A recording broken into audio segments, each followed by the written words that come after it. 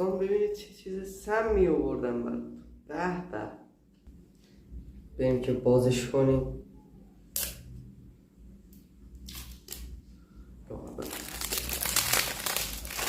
اونورتون باشه.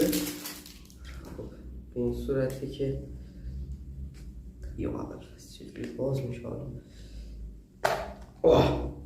بله بچه شکلات همون آب نبات ترشه بچه طعمای مختلف داره. یا اول پس خدا به دادم برسه. این سبزشه، این قرمزشه، نشونمتون، بعد زرد مریضم که شد. این چی؟ این هم آبیشه. ببینید چیه. یا اول پس میگن که خیلی ترشه. حالا ببینیم یا اول پس قیمتش که جالب نیست. اوه این چرا اینجوریه؟ بعد به این صورت بسم الله خدا بدان کنم.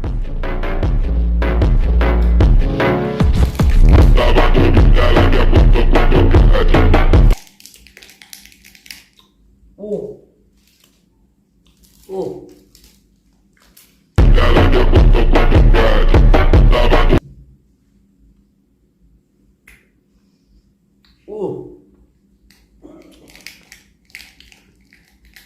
اسید میدم. وای واقعا بومتون یعنی واقعا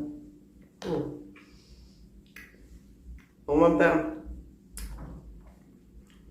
نخورید آقا اینو نخورید.